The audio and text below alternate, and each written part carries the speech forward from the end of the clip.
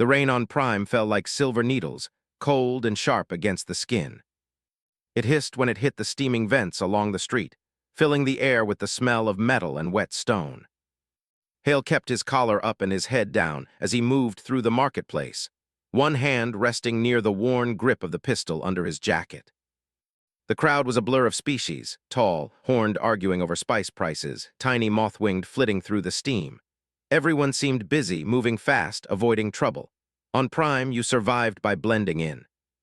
Was halfway past a row of food stalls when he felt a tug at his sleeve. He turned fast, ready, and saw her.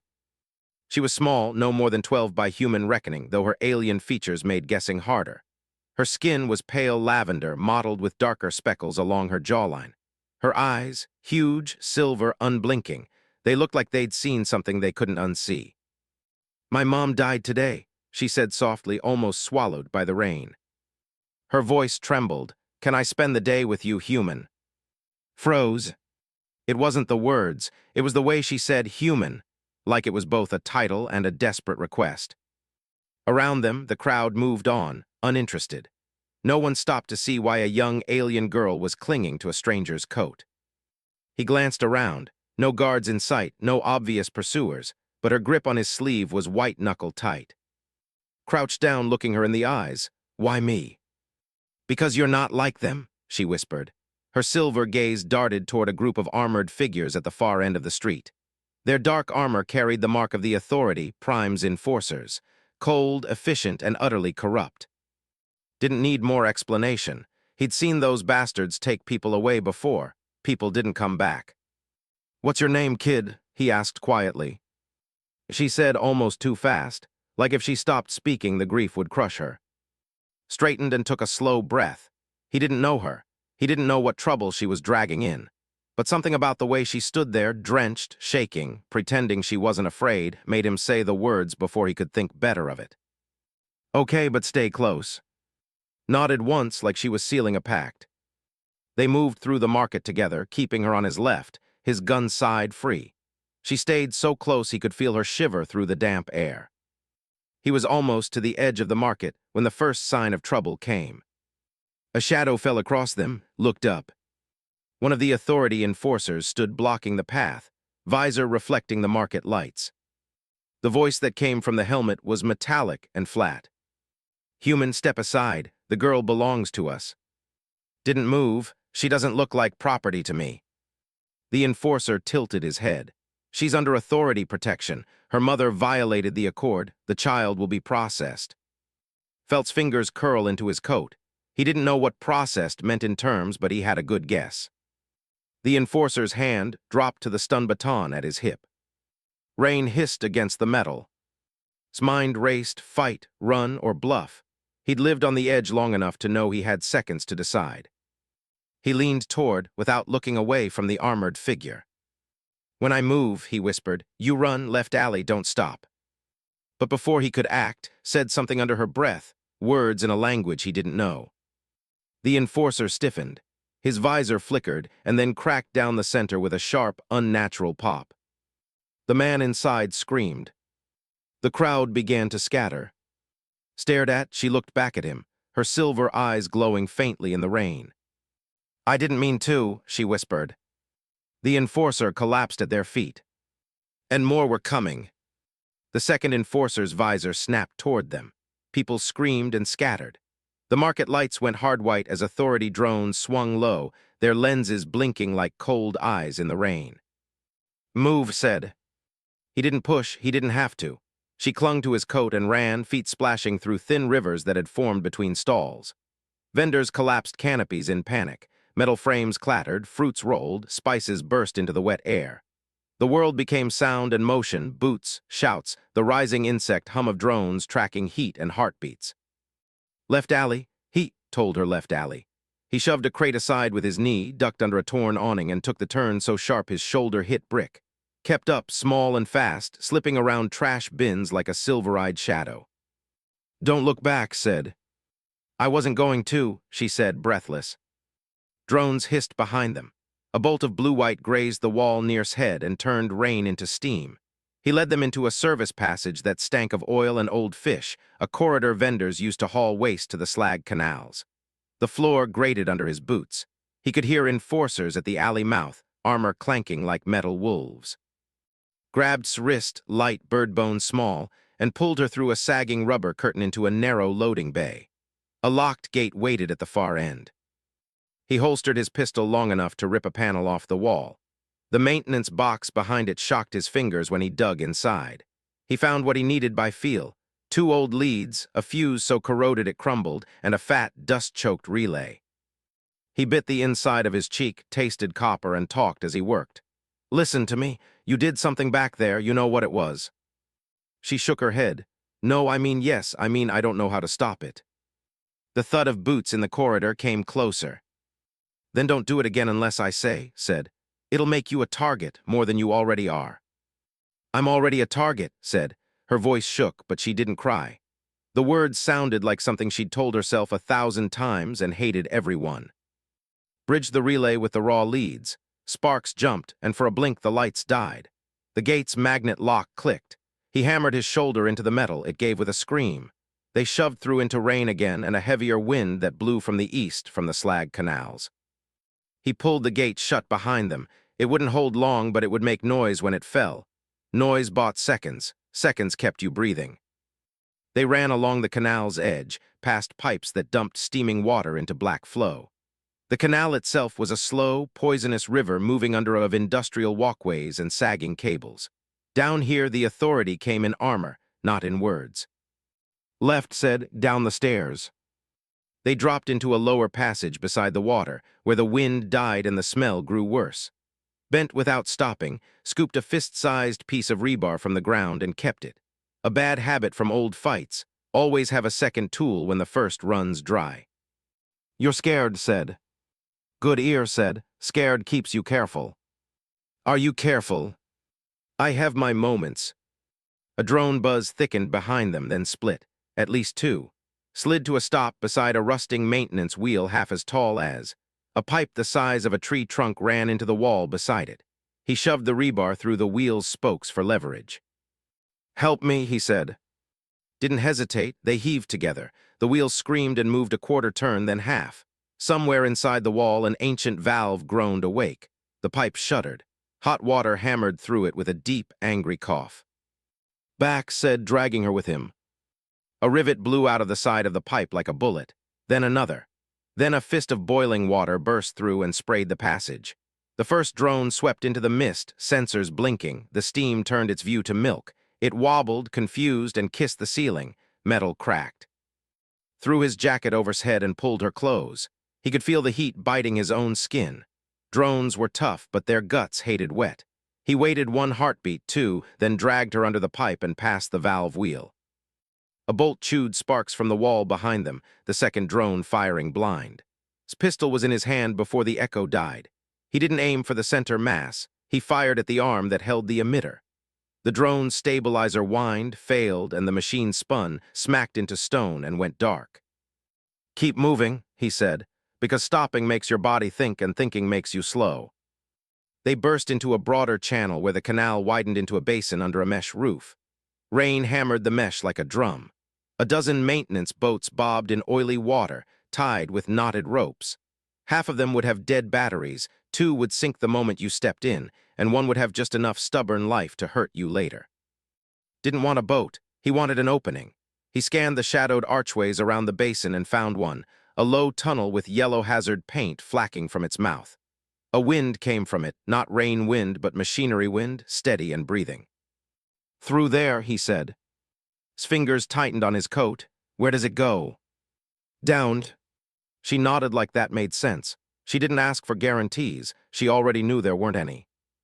They crossed the narrow bridge to the tunnel and slid into the throat of the underworks. The noise changed. City sound fell away and machine sound took over. Pumps, fans, the distant heart of industrial prime beating in steel. The floor was damp and ridged with grates. Lights flickered along the ceiling like tired stars. They walked fast, not quite running now, conserving breath. When they were 3 turns in and the basin was a memory behind them, finally said, "What you did to his visor, what's it called?" Stared at the floor.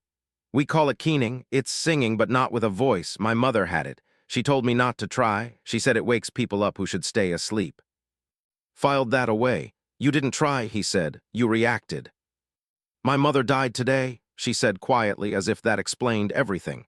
Maybe it did.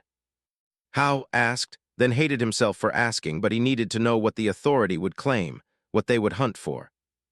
Authority raid, she said. Our door broke like sugar. They called her a criminal. They said she violated the accord of instruments. Her jaw tightened. They said she sang at the wrong people. Knew the phrase. He'd heard it on broadcasts, in the neat, sanitized voice of the prefect. The accord of instruments protected the peace between species by limiting weaponized specialty traits. Kind-sounding words for collars and silence. What's your mother's name? He asked. I said. The name hit like a weak punch, not much force, all surprise. He knew the last name. On a rusted data slate in his workshop, he had a paper with DERETH on the second page, attached to a design sketch for a harmonic damping lattice used in reactor housings. He scavenged it months ago, a genius's notes left in a junk heap. He'd traced some math with his finger like a kid under a sky of stars. He said, gentle now, did your mother work with machines? She made them quiet, said. She made them safe. Exhaled, of course. A Keening blood who turned her birthright into a tool to protect. The authority would hate that even more than a weapon. They turned another corner. A gate waited, striped black and yellow. A keypad blinked red beside it, old and stubborn.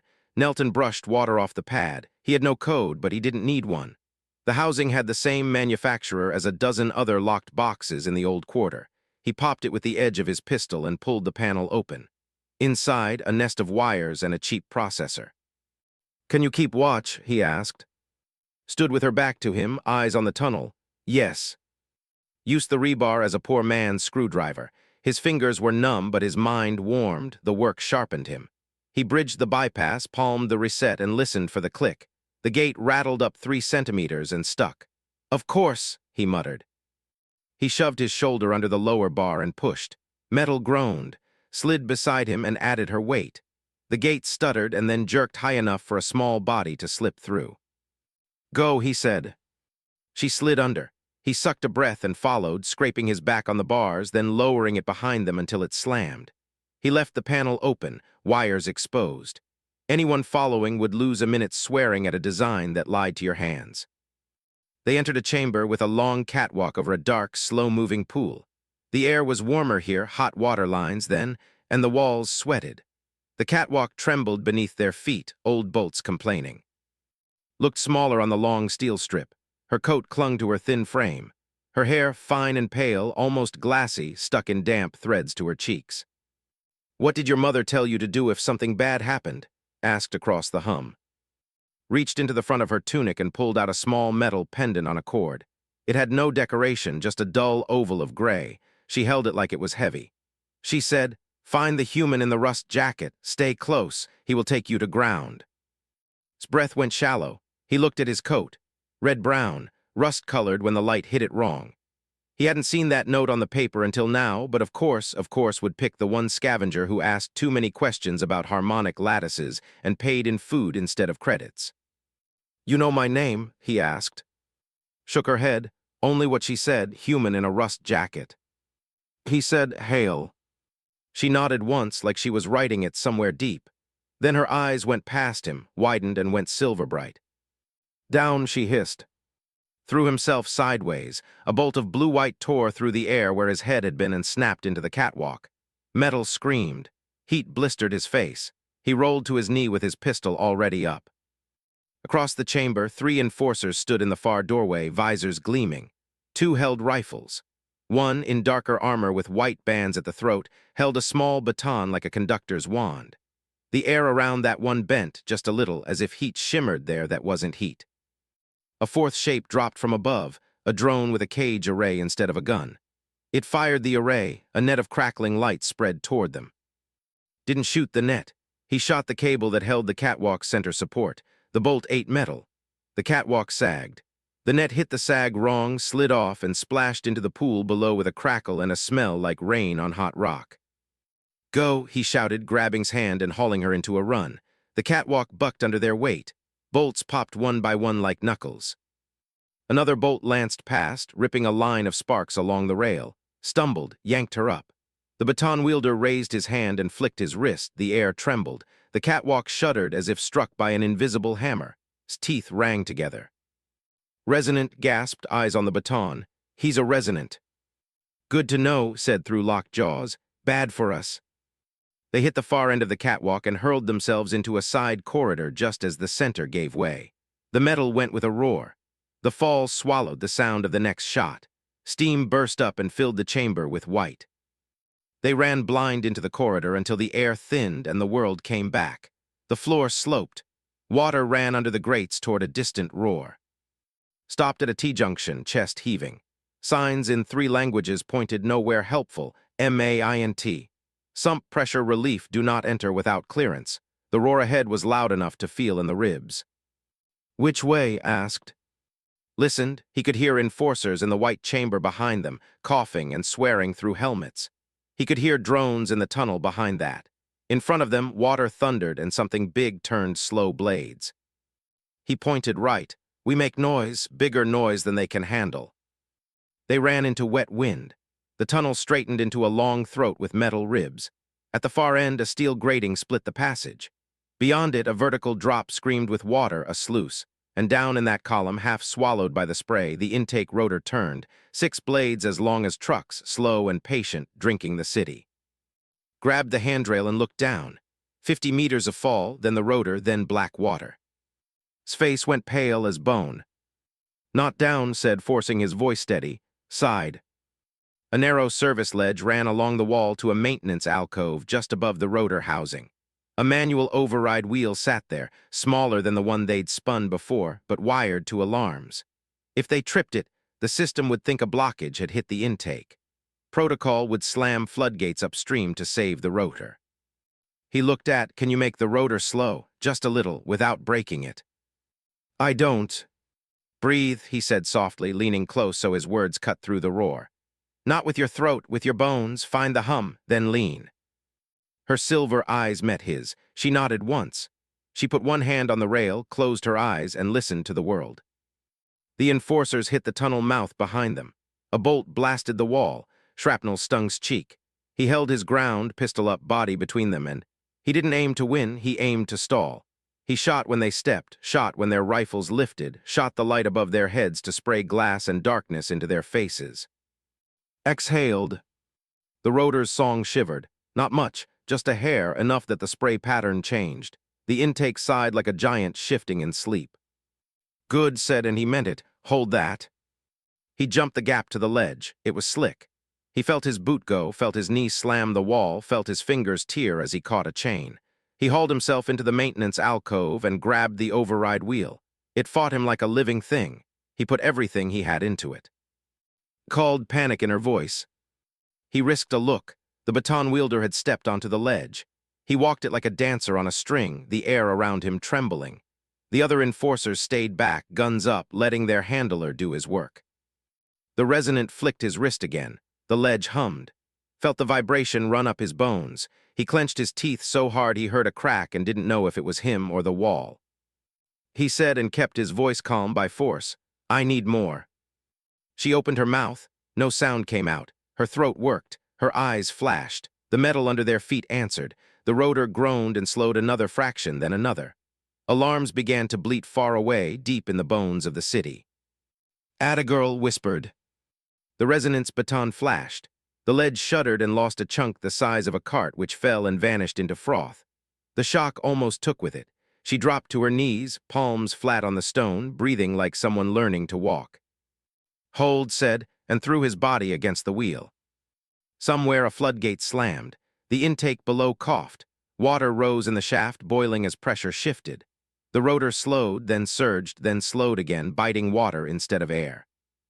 The resonance smiled inside his visor. Little singer, his voice came through the helmet, amplified and cold. Come quietly and I won't make you watch him drown. His hands curled into fists on the stone. Something in the air changed, a taste like metal and rain before lightning. The resonant smile faltered. Said, not looking away from the wheel, listen to me, don't break the rotor, break the bolts around it. She drew a breath, the world tightened. The bolts in the rotor housing screamed. The sound went through his teeth. The resonance swore and flicked his baton. The vibration he sent Mets in the air, and the two songs tore at each other like wild dogs. The override wheel jumped in his hands. It spun half a turn, then locked. That was all he needed. He shoved the emergency release with his elbow. Somewhere above them, floodgates slammed again harder. Water roared into side channels. The shaft's level jumped like a living thing. Now shouted, "Let go!" The bolts around the rotor's collar snapped one after the other, ring after ring, like bones breaking in rhythm. The rotor bucked. Water grabbed it sideways. The housing shifted with a boom that shook the tunnel. The ledge under the resonant cracked. His baton dropped. He reached for the wall, and then the ledge gave, and he went with it, falling toward the white fury below. He didn't scream. He made a short, sharp sound like a man swallowing his own name. Grabbed and hauled her toward the grating. Behind them, the remaining enforcers fired blind into spray. Shots stitched the wall.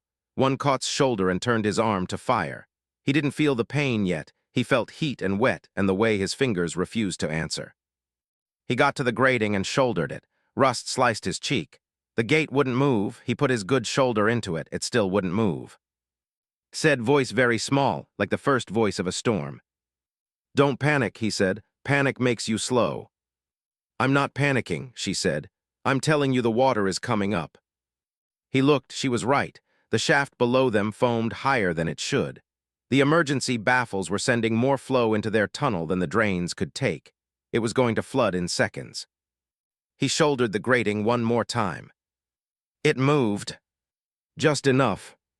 "Through," he said. Slipped into the space beyond. He shoved himself after her.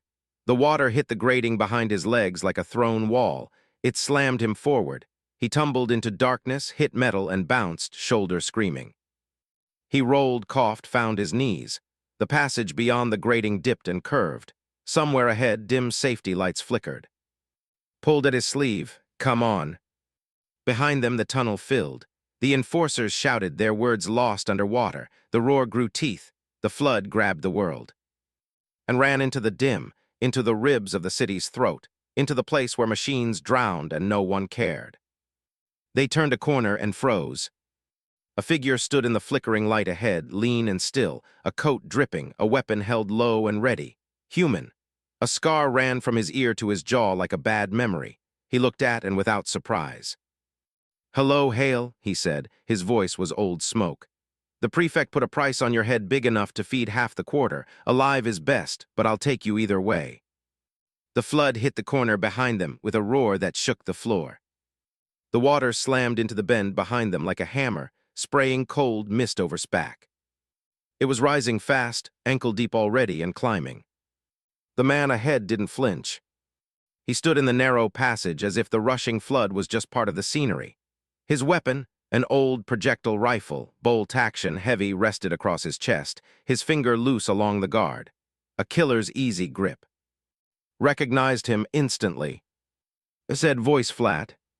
The man smiled without warmth. "Thought you forgot me." His eyes darted between them. "You know him." "Unfortunately," muttered. Had been authority once, before they tossed him out for reasons had never learned. Since then, he'd become a freelance collector, the kind of man who didn't care who paid him as long as the pay was enough. "A live's worth more," said, glancing at. "But the girl, she's the reason the prefect doubled the bounty, isn't she?" "You're not taking her," said. Tilted his head. "And how are you planning to stop me with one arm already hanging useless?" Didn't answer. His left arm throbbed from the shot on the catwalk. He kept his right hand steady on his pistol, but he didn't lift it, not yet. The water was at his shins now, swirling with bits of rust and debris. It would be knee-high in seconds. The rising current tugged at his boots, whispering of how easily it could pull him under. Must have felt it too. His stance shifted, boots braced wider. "You've got two choices, Hale. Step aside or I shoot you and drag her over your corpse." Gripped's coat, her voice was low, urgent. "There's a hatch above him, in the wall." His eyes flicked upward. She was right. A square maintenance hatch, half hidden by shadow and grime just behind old locking pins, manual. He knew then what to do. "Third choice," said. Smile faltered. "What?" "Run." moved not toward but toward the wall to his right. His boot slammed a rusted pipe valve. Metal shrieked as a secondary pressure release opened somewhere overhead. A geyser of water blasted from the wall beside, knocking him sideways into the opposite railing. His rifle clanged against the steel. The flood surged faster now, the current turning vicious. "Go," shouted. Didn't hesitate. She leapt forward, small hands finding the hatch's locking pins. She pulled with a surprising strength born of panic and adrenaline. The pins groaned free. The hatch swung inward, and the smell of dry air hit them. Recovered fast, shoving himself upright against the current. His eyes burned with fury. "You think this is over, Hale?" he roared over the roar of the water. "It will be for you if you stay," shot back. Scrambled through the hatch, followed, his boots slipping on wet steel. He grabbed the frame with his good hand and hauled himself inside just as lunged. Their eyes met through the narrowing gap. The collector's grin was pure threat. "You can't hide forever." Slammed the hatch shut. A second later, something slammed into the outside, maybe just the flood, and the sound of rushing water swallowed everything. They were in darkness now, save for a faint amber glow from strips of emergency lights along the low ceiling. The space was cramped, a maintenance conduit just wide enough for one person at a time. Was already moving forward on her hands and knees. "Where does this go?" "Up," said. He was breathing hard, the adrenaline still biting at his nerves. "And if we're lucky, away from every bastard who wants us dead." As they crawled, the conduit sloped gradually upward. The sounds of the flood faded, replaced by the hum of distant machinery. The air grew warmer and drier. Finally, the conduit opened into a small control room with cracked monitors and a bank of old switches. Dust lay thick on everything. This place hadn't seen use in years. Stood and brushed herself off, looking around. "What is this place?" Stepped to the nearest monitor, brushing away grime. "Old grid relay station. This is where the lower underworks used to route power before the authority consolidated it." She tilted her head, meaning, said, scanning the switches. "If the circuits still work, we might be able to kill power in a whole section of the city." "Why would we do that?" He looked at her.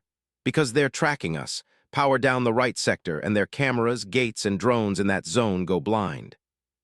Lips pressed together. "That'll make them angry." Smiled faintly.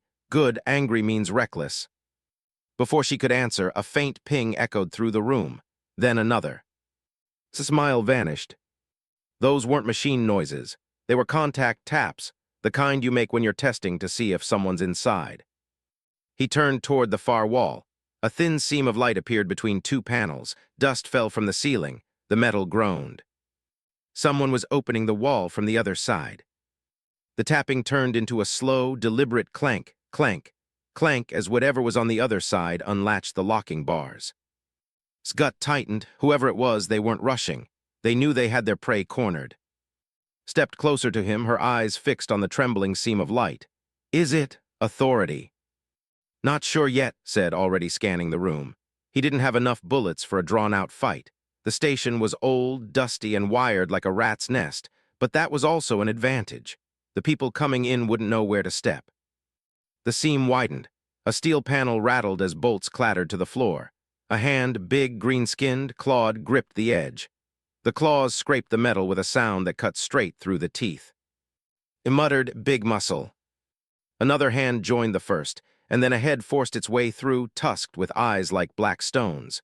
The duct through the opening, bending the frame. Two more shadows moved behind it. "Didn't wait. Stay behind the console," he told, then darted to the far wall. He ripped a junction panel open, wires spilling out like tangled vines. "What are you?" "Buying us seconds," said. He grabbed two fat power cables, stripped the insulation with his teeth, and pressed them against the metal floor plate just inside the breach. The step through and the floor sang. A white flash lit the room. The roared, armor sparking, and stumbled sideways. The second shape behind it ducked through. A wiry humanoid with pale skin stretched tight over a metal exoskeleton. A merc, not authority, but paid well enough to take the job. It moved fast, skipping the floor plate entirely. Swore and drew his pistol. He fired twice, once into the shoulder joint, once into the leg, sparks and smoke. The merc dropped, sliding behind a console. The third shadow didn't enter. Instead, it threw something in, a small cylinder that bounced once and began to hiss. "Smoke!" shouted. The canister filled the room with a burning gray mist that clung to the tongue and made the eyes water. His vision narrowed to shapes and shadows. His voice cut through the fog. He moved toward her voice, just in time to see the still smoldering, swing a massive arm toward the console where she crouched. Slammed into it, the impact like hitting a wall. Pain jolted through his ribs, but the shove was enough to knock the off balance. It roared and swung again, ducked. The claws gouged a console panel, spraying sparks. Did something then, something small but sharp.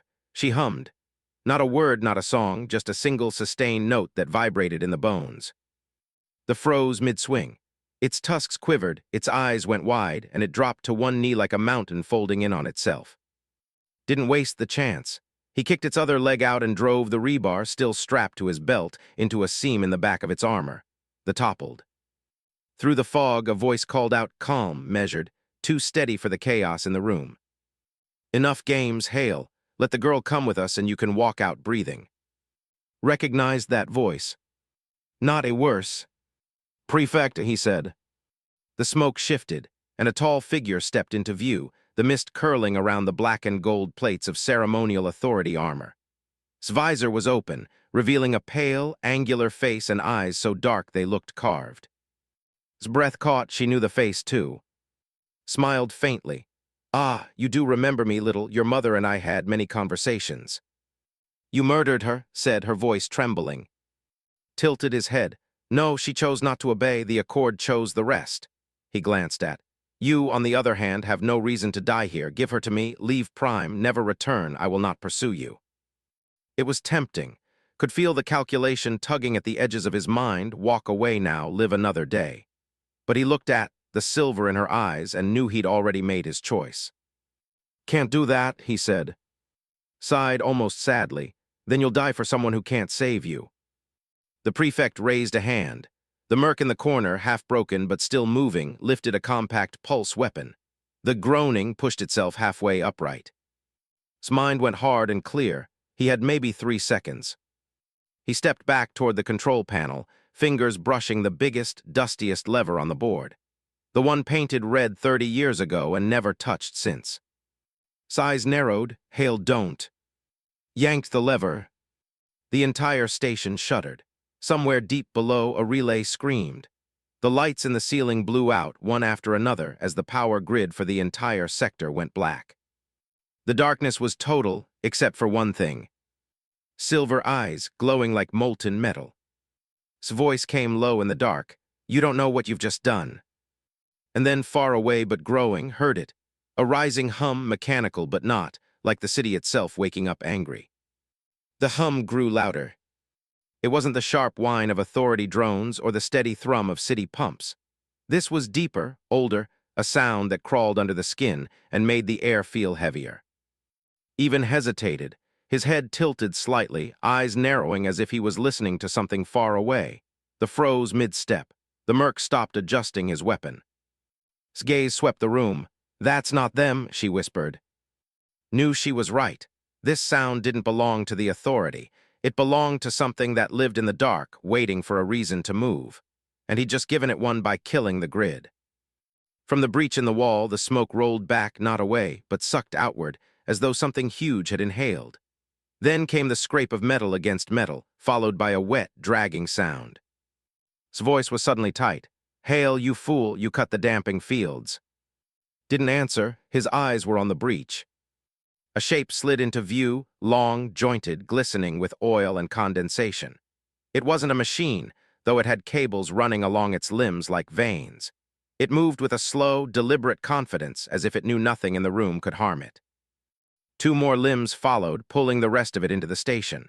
The thing's head, if it was a head, was a smooth oval of black composite, featureless except for a slit that glowed faintly green. The glow pulsed in time with the deep hum. Took a step back. "What is that?" His jaw tightened. Residual construct, old war remnant from before the Accord. They sealed them under the city decades ago. The damping fields kept them asleep. "And now it's awake," said flatly. The construct's slit eye swept the room. It ignored the merc and completely. It locked onto. Target harmonic anomaly detected. A voice said from nowhere and everywhere at once, cold, genderless, like the voice of the city dreaming. Didn't think, he shoved behind him and fired twice. The rounds sparked harmlessly off its surface. The construct tilted its head slightly, as if curious, then began to move forward. The roared and charged it, claws raised. The construct didn't even slow. One long limb snapped out, caught by the chest, and flung him sideways into the wall with a sound like breaking stone. The big alien didn't get back up. The merc tried next, raising the pulse weapon. A limb lashed out faster than could track and knocked the weapon away. Another limb curled around the merc's neck and squeezed. The exoskeleton crumpled with a scream of tearing metal. To his credit, didn't run. He stepped forward, one hand raised. Unit 9, disengage. This target is under authority. The construct struck. A single whip-like limb lashed across chest, slicing through his ceremonial armor like it was paper. He stumbled back, gasping, his hand clamped over a sudden, blooming stain of red. His voice rose in panic. It's coming for me. He grabbed her arm. Then we moves now. They bolted for the far service hatch. The construct followed, its limbs clanging against the deck in an almost rhythmic pattern, the hum building like it was winding up for something worse. Hit the hatch controls. Nothing happened, no power. He swore, shoved his fingers into the manual release, and hauled with everything he had left in his good arm. The hatch groaned open a crack. Slipped through first, turned to follow, and froze. The construct had stopped. It stood in the center of the room, limbs half raised, the slit eye glowing brighter now. It was listening. She hadn't realized it, but she was keening, soft, under her breath, the same instinctive hum she'd used on the. Only this time, the sound seemed to hold the construct in place. Said carefully, stop singing and come here. I'm not singing, she whispered back. It's hearing me and it's answering. Indeed, the hum in the air had changed, shifted to match her pitch, like the machine and the girl were tuning to each other. Still on his knees, looked up with a mix of horror and awe. She's not just an anomaly, she's a key. That was all needed to hear. He grabbed, hauled her the rest of the way through the hatch, and slammed it shut behind them. From the other side came the deep metallic clang of something testing the hatch's strength, once, twice, then silence. They were in another conduit, narrow and sloped, the air filled with the faint smell of ozone. His face was pale. I think it knows me now, she said. He didn't like the way she said knows. Ahead, the conduit opened into a chamber with a grated floor and a ladder leading up. The faintest daylight spilled through from somewhere far above. They moved toward it, but halfway across the chamber, a voice echoed down the ladder shaft. Hailed you alive down there. Froze, he knew that voice too well. It was. His voice carried the same infuriating calm as always, though it echoed strangely down the shaft. Hale, I'm guessing you just woke up the thing the authority likes to pretend doesn't exist. And stopped halfway to the ladder. His first instinct was to keep moving, away from that voice, away from the man behind it, but the pounding in the hatch behind them said they didn't have the luxury. You're supposed to be drowned, called back. His laugh rolled down the shaft. Supposed to be, turns out I can swim, and unlike you I knew where the high vents were. Glanced at, she looked uncertain. You know him, she whispered. Unfortunately, said again, same as he'd said before. Another clang rattled the hatch. This one was sharper. The construct wasn't pounding anymore, it was probing, finding weaknesses. His voice turned serious. Listen, Hale, I was sent to bring you in, that hasn't changed. But if you don't get up here in the next 30 seconds, you're going to find out firsthand what those things do when they catch you, and you won't like it. Didn't like trusting anyone with a bounty contract on his head, but he liked the sound of the hatch deforming behind him even less. Climb told. She hesitated. What about? Climbed, he repeated. She obeyed, scrambling up the ladder with quick, sure movements. Followed, keeping his good arm on the rungs and his pistol in the other, pointed down at the hatch. The banging stopped for 2 heartbeats. Then came a deep metallic pop as one of the locking latches tore loose. Faster, his voice barked from above. They climbed into a small round chamber lit by a single skylight high overhead. Was there, leaning against the wall, his rifle across his chest. His scar looked deeper in the dim light, his expression unreadable. He didn't point the rifle at them, yet. "You've got a tail," he said, "and I don't mean authority." The second latch popped below. A hiss of air rose up the shaft. Gestured to a side tunnel. "This way, and before you ask, yes, Hale, I am helping you for now, because I like breathing." Didn't waste time arguing. The three of them ran into the side tunnel, boots thudding on metal grating. The tunnel sloped upward, the air fresher with each step. Glanced between them. "So you two were friends?" Snorted. "Friends? No, we've been on opposite sides of every deal we've ever touched, but Hale's predictable. Predictable men are useful in a crisis." Shot him a look. "And you're not predictable." "I'm still breathing," said, "so no." The tunnel widened into a massive, hollow chamber lined with old industrial machinery. Shafts of daylight pierced through gaps in the roof. Dust motes swirled in the beams. It looked abandoned, but knew better. Pointed toward a heavy hatch at the far end. "That leads to an old cargo lift, takes us up to the east stacks. If we can get there, we've got enough rooftops and blind spots to lose both the authority and your new pet." Behind them, the sound came again, the deep hum, louder now, resonating through the floor. The construct was moving fast. His voice was tight. "It's not my pet." "Could fooled me," said. "It's tracking you, kid, doesn't even care about us." The hatch at the far end loomed closer. Reached it first, but the handle didn't budge. "Locked," he muttered. "Then step aside," said. He moved in, pulled the cover from the locking mechanism, and stared at the mess of gears and rust inside. Not electric, manual, and half the gear teeth were stripped. "Can you fix it?" asked. Shook his head. "Not fix, bypass." He dug the rebar from his belt, jammed it into the mechanism, and began to lever the locking cam directly. It fought him every inch. The hum grew louder. A section of wall to their right bulged outward, dust sifting down. Flinched. "Work faster," said, rifle now up and pointed at the bulge. Gritted his teeth and shoved. The cam jumped and the hatch released with a metallic groan.